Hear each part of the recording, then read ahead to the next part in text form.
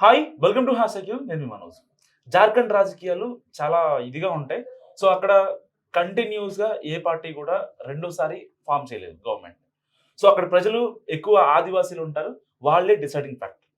ఇలాంటి నేపథ్యంలో అక్కడ జేఎంఎంకి ఈసారి నెక్స్ట్ మళ్ళీ ప్రజలు పట్టం కడతారా? లేదంటే బీజేపీని మార్పు కావాలని కోరుకుంటున్నారా? మోడీ వరాల నేపథ్యంలో ప్రజలు ఎటువైపు ఉన్నారు? ఎస్పెషల్లీ ఆదివాసీలు ఎటువైపు ఉన్నారు? సో, మనతో మాట్లాడడానికి ఈరోజు senior journalist and political analyst Srikar గారు మనతో ఉన్నారు. ఆయనతో మాట్లాడదాం. నమస్కారం. నమస్కారం. ఏంటంటే జార్ఖండ్ జాతరను పెట్టమన్నారు సెపరేట్‌గా ఎందుకు దీని ఉద్దేశ్యం ఏంటి? అంటే ఏందనంటే జగన్ గారిది ఒక పాట వచ్చింది మొన్న ఎలక్షన్స్ అప్పుడు. జెండాలు జట కట్టడమే మీ ఎజెండా, ఆ! జనం గుండెలో గుడి కట్టడమే జగన్ ఎజెండా అని. ఇప్పుడు ప్రస్తుతం పరిస్థితి ఏందంటే ఈయన పాపం ఏదో జాతర చేద్దామని అనుకుంటున్నాడు హ్మ్. జార్ఖండ్‌లో. హ్మ్. ఈయన్ని నమ్ముకొని. హ్మ్. ఈయన ఇప్పుడు ప్రస్తుత సీఎం హేమంత్ సోరెన్. జార్ఖండ్‌కి హేమంత్ సోరెన్.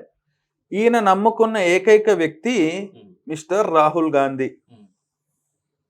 ఇప్పుడు ఈ ఇద్దరికి ఒక కామన్ ఫ్యాక్టర్ ఉంది. ఏందో తెలుసా? హ్మ్. ఇద్దరి మీద కేసులు ఉన్నాయి. హ్మ్. కాకపోతే ఈయన జైల్లో వేయలేదు. ఈ మనిషి జైల్లోకి కూడా వెళ్ళేసి వచ్చాడు. ఎళ్ళొచ్చాడు. ఆ. అక్కడ రాంచీ దగ్గర ఆ, ఒక బిల్డింగ్ ఏదో yes. అక్రమం అని చెప్పి ఈ డిడ్ పర్ఫార్మెన్స్. ఆ! డబ్బులు కూడా కానీ భయంకరంగా దొరికినాయి. అది సింపతి యాంగిల్ వర్కౌట్ అవుదంటారా? సింపతి యాంగిల్ వర్కౌట్ అవుదంటే ఇప్పుడు చూడండి, రాహుల్ గాంధీ అండ్ ఇండియా కూటమి ఏమంటారు? ఇండియా అనకూడదులే కానీ ఇండి కూటమి. హ్మ్. అవును. మళ్ళీ ఇండియా అంటే నాకు కొంచెం మళ్ళీ గలీజ్గా అనిపిస్తుంది. సో అసలే మీరు బీజేపీ తీవ్రవాది మళ్ళీ. మేము తీవ్రవాదులేం కాదులేండి. మేము మంచి ఎటుంటే అటు మాట్లాడతాం.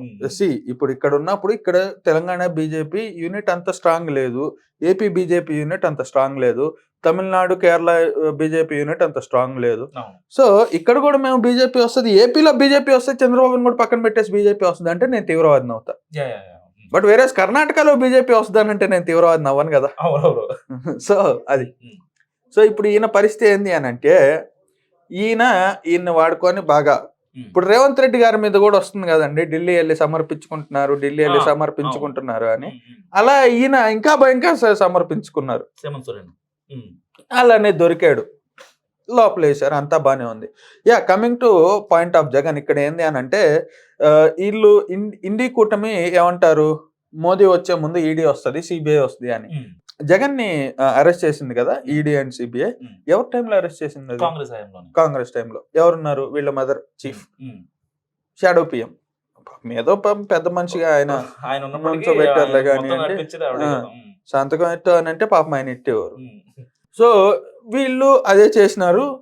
సరే, ED CBI they are an individual bodies, we can't talk about it because they are constitutional bodies. అది తీసేస్తే ఇప్పుడు స్టోరీ ఏంటంటే ఈ మనిషి కూడా పాపం జగనన్నలానే సిక్కాడు. పాపం ఇన్ని కూడా వేసుకొని పోయి లోపలేశారు. ఆయన కూడా జాగ్రత్తగా పడుకున్నారు అక్కడ. హ్మ్. బయటకు వచ్చేసరికి స్టోరీ ఏం జరిగిపోయిందంటే ఇప్పుడు జార్ఖండ్ ఇన్ఛార్జ్ ఎవరంటే అస్సాం సీఎం హ్మ్. హేమంత బిశ్వ శర్మ. హ్మ్. శర్మ వర్సెస్ వర్మ, హ్మ్. ఇద్దరికి వర్కౌట్ కాదు. హ్మ్. ఈయనకి శర్మకి ఉన్న గొడవ ఏంటంటే కుక్కన అంటే ఈయన ఒకరోజు ఈయన ఇంటికి, అప్పుడు హేమంత్ బిశ్వ శర్మ కాంగ్రెస్ లోనే ఉన్నాడు, అస్సాం కాంగ్రెస్. వీళ్ళ ఇంటికి ఏదో మాట్లాడదామని వెళ్ళాడు. మాట్లాడదామని పోయిన వాడికి మర్యాద ఇవ్వకపోగా ఆయనకి ఏదో టీ బిస్కెట్ ఏదో, ఇప్పుడు మీ ఇంటికి ఎవరన్నా వచ్చినా టీ బిస్కెట్ కాఫీ ఏదో ఒకటి అందజేస్తారు. అలా అందజేసినప్పుడు ఈ మనిషికి ఓ డాగ్ ఉంది, అది వచ్చి పాప మా బిస్కెట్లు నాకేసింది. అందరు అక్కడ ఉన్న వాళ్ళంతా గోగోయి వీళ్ళంతా పాపం అక్కడ అవే బిస్కెట్లు అన్ని మూసుకొని తింటున్నారు. పాపం శర్మకు కోపం వచ్చింది. అంటే కుక్క వాట్ ఈస్ దిస్ నాన్సెన్స్ అని అనుకున్నాడు. ఈగో హట్ అయిపోయి ఆయన వెళ్ళిపోయాడు. అది రాహుల్ గాంధీ ఇంట్లో ట్రీట్ చేసే విధానం. అట్లా ఇప్పుడు శర్మ వర్సెస్ వర్మ ఈయన బుక్ అయ్యాడు. ఈయన ఏం చేసినారంటే మిస్టర్ హేమంత్ శర్మని తీసుకొచ్చి ఇక్కడ ఇన్ఛార్జ్ చేసినారు జార్ఖండ్. ఈయన ఏం చేసినాడు, ఈయన కూడా చిన్న సైజ్ మన జగన్ అన్న మాదిరి. నేను జగన్ ఎందుకు మధ్యలో తీసుకొస్తా అంటే అందరు కామెడీ అనుకుంటారు. ఈయన జగన్ అయితే ఈయనకు ఒక వివేకం ఉన్నాడు. జగన్ కి వివేక హత్య కేసు ఎలా ఉందో ఈయనకు కూడా బాబాయ్ ఉన్నాడు. ఆయన పేరు చంపాయి సోరెన్. చంపాయి సోరెన్ ఇప్పుడు బీజేపీలో ఉన్నాడు. దానికి కర్త కర్మ క్రియ ఎవరయ్యా అంటే మిస్టర్ శర్మ. సో ఇది జరిగినప్పుడు యాక్చువల్లీ వివేకం బాబాయ్ ఏమైందో అందరికి తెలుసు, కాకపోతే ఇక్కడ వివేకాన్ని మనోళ్ళు ముందే లాగేసినారు అన్నట్టు. ఓకే. ఇక్కడ బాబాయ్ సేఫ్, ఇక్కడ హూ కిల్డ్ బాబాయ్ లేదు, లేదు. అబ్బాయే బలి. సో ఈయన చేసినటువంటి ఆ భూ అక్రమ దందాలు, ఈయన దగ్గర దొరికినటువంటి లిక్విడ్ క్యాష్, ఈ పెద్ద మనిషి ఆదివాసీలకు పెట్టినటువంటి టోపీలు భయంకరంగా ఉన్నాయి. జార్ఖండ్ ఇప్పుడు ఈ కామెడీ అంతా తీసి పక్కన పెడితే జార్ఖండ్ చాలా ఇంపార్టెంట్ స్టేట్ అండి ఇండియాకి. బీహార్ నుంచి విడిపోయిన తర్వాత బీహార్లో ఎన్ని మైన్స్ ఎన్ని మినరల్స్ అయితే ఉన్నాయో జార్ఖండ్లో దానికంటే చాలా ఎక్కువ ఉన్నాయి. వాల్యుబుల్ మినరల్స్, ఐరన్ ఓరు, కోలు, what ever you take it, మీకు ఈ భూమిలో పుష్కలంగా దొరుకుతాయండి. అంత పుష్కలమైనటువంటి భూమి ఇది. దీంట్లో ఎవరైనా కానీ whether take it government, any government, Jharkhand ప్రజల చాలా మంది ఆదివాసీలు ఉంటారు. ఆదివాసీలు వాళ్ళల్లో కొంతమందే చదువుకుంటారు, అదర్ స్టేట్స్కి వెళ్తారు, అసలు ఏం జరుగుతుంది ఏంటి అనేది వాళ్ళకి ఒక ఐడియా ఉంటుంది. బట్ చాలా మంది బార్డర్స్ లోనే మిగిలిపోతారు, ఎప్పుడు బయటకు వెళ్ళలేదు కాబట్టి వాళ్ళకి బయట ప్రపంచం తెలీదు, వీళ్ళు చూపించిందే స్వర్గం అని అనుకుంటా ఉంటారు. ఎప్పుడైతే జార్ఖండ్ ప్రజలకి రియాలిటీ అర్థం అవుతుందో మెల్లమెల్లగా వీళ్ళకి సరదా తీరిపోతుంది వీళ్ళకి. ఇప్పుడు జార్ఖండ్ గిన బీజేపీ కొట్టే స్టేజ్లో ఉందండి. ఎందుకంటే ఆదివాసీల మైండ్ ఎట్లా ఉంటుంది అని అంటే, ఇప్పుడు మీరు ఒక ఆదివాసీ నేను ఒక ఆదివాసీ అండి అనుకుందాం. ఇప్పుడు మీరు నా దగ్గర ఒక 10 రూపాయలు అప్పు తీసుకున్నారు, మీరు నాకు తిరిగి ఇవ్వలేదు, అరే మనోడే కదా ఏముందిలే అని అనుకుంటారు. బట్ అదే మన దగ్గర డబ్బులు కొట్టేశాడు రా అని అంటే వాళ్ళు ఊరుకోరు. ఇప్పుడు వీళ్ళు కొట్టేసిన డబ్బులు ఎవరు అండి? అమాయక ప్రజలవి, రాష్ట్ర ప్రజలవి. వాళ్ళు ఆదివాసీలు కానివ్వండి, ST SC BC OBC OC ఎవరైనా కానివ్వండి, అమాయకమైన ప్రజలు, ట్యాక్స్ పేయర్స్ డబ్బులు వీళ్ళు కొట్టేసేవి. వాళ్ళకి ఈ విషయం తెలిసినప్పుడు they can't digest it. And అందులో ఎవడు ఒప్పుకున్నా ఒప్పుకోకపోయినా షర్మిల వర్సెస్ జగన్ ఇష్యూ ఏదైతే ఏపీలో నడిచిందో అది గట్టి దెబ్బ తగిలింది జగన్కి. అరే సొంత తల్లి చెల్లి దూరం అయిపోయారు, ఇది ఎట్లాంటి మనిషి అని అనుకున్నారు అందరూ. సో ఇప్పుడు బాబాయ్ ఇటు వచ్చేస్తే మరి ఇప్పుడు ఇక్కడ కూడా అనుకుంటారు కదా, ఏంటి బాబాయ్ వెళ్ళిపోయాడు పార్టీలో నుంచి, ఇది తేడాగా ఉందని అనుకుంటారు కదా. కొంపలో కుంపట ఉన్నప్పుడు బయట వాళ్ళు నిన్న ఇప్పుడు ఎవరైనా ఇంట గెలిచి రచ్చగెలవమంటారండి, ఇల్లే సీలిపోయింది కదా ఇక్కడ. Number 1 thing. అండ్ హేమంత్ ఇప్పుడు ఈయన ఏమంటాడు, ఈయన అసలు ఇక్కడ తెలంగాణలో కానీ ఆడ పడితే ఆడ మొత్తుకుంటున్నాడా, కులగణన ఏం చేసుకుంటారు? ఇప్పుడు ఇక్కడ మొత్తం బ్యాక్వర్డ్ స్టేటే కదండి. నిజంగా ఈ మనిషికి ఏమన్నా ఉంటే కొంచెం ఇంగితమైన పుష్టి ఇక్కడ చేయాలి కదా, చేయలా. ఎప్పుడు అంటే దాదాపు 6 months అవుతుంది కదా పార్లమెంట్ ఎలక్షన్స్ అయిపోయి.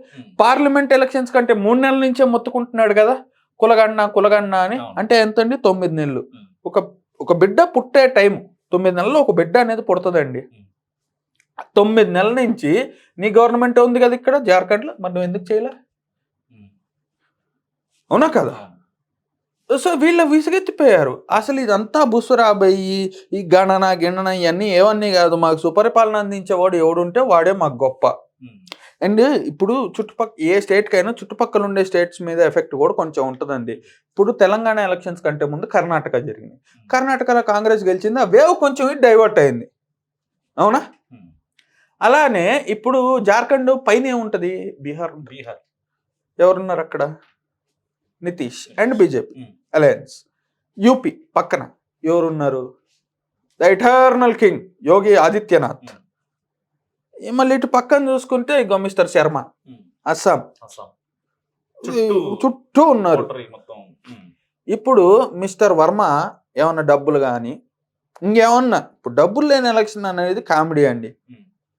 మేము డబ్బులు పంచలే, ఇదంతా పెద్ద బుస్సు. ఈ మనిషి డబ్బులు పంచాలన్నా 3 స్టేట్లో ఏ స్టేట్లో నుంచి ఎత్తుకొచ్చుకుంటాడు? కష్టం. సరే ఈ పెద్ద మనిషి దొబ్బేసిన డబ్బులు ఏమన్నా మిగిలినయా అంటే సిబిఐ ఈడీ వాళ్ళు ఎత్తుకోపోయారు.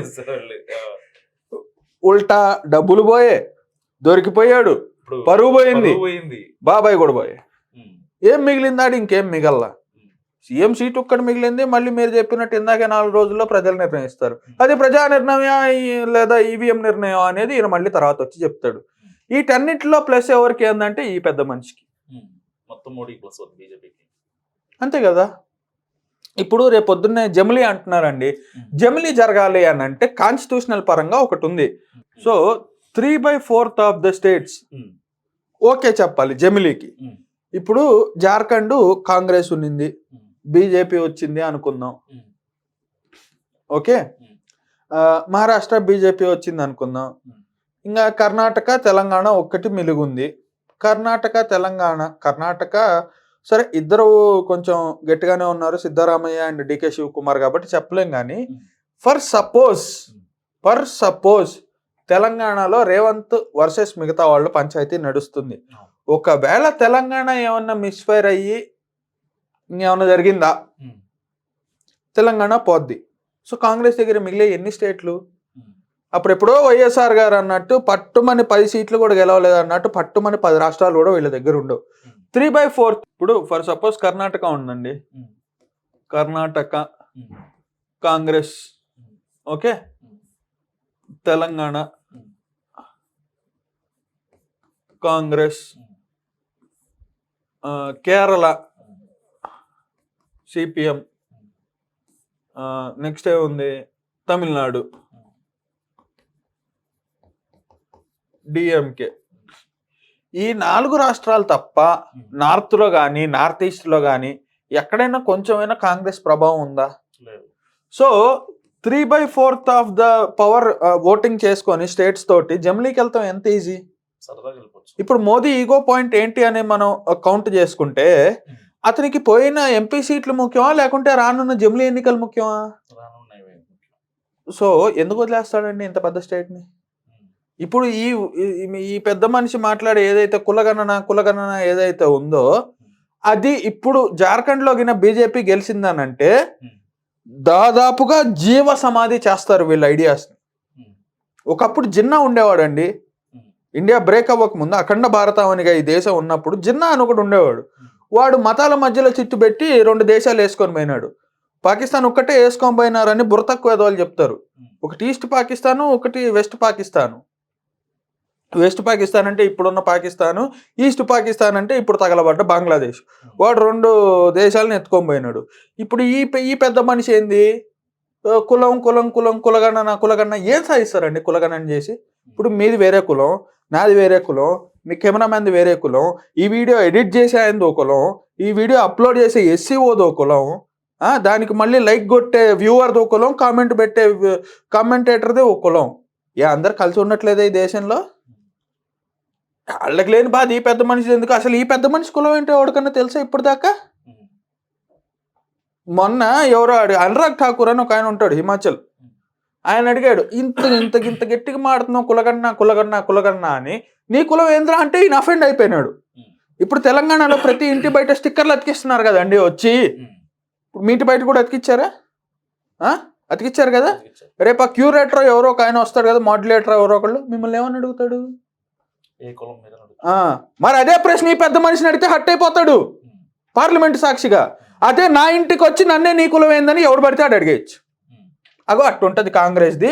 దీనివల్లే ఇప్పుడు ఆదివాసీ స్టేట్ అయినటువంటి జార్ఖండ్ పోబోతుంది. అందుకే జార్ఖండ్ జాతర, చచ్చిపోయినాక జాతర చేస్తారు కదండి ఎవరికైనా తీసుకెళ్లేటప్పుడు, ఆ జాతర ఇప్పుడు కాంగ్రెస్ కి నడుస్తుంది.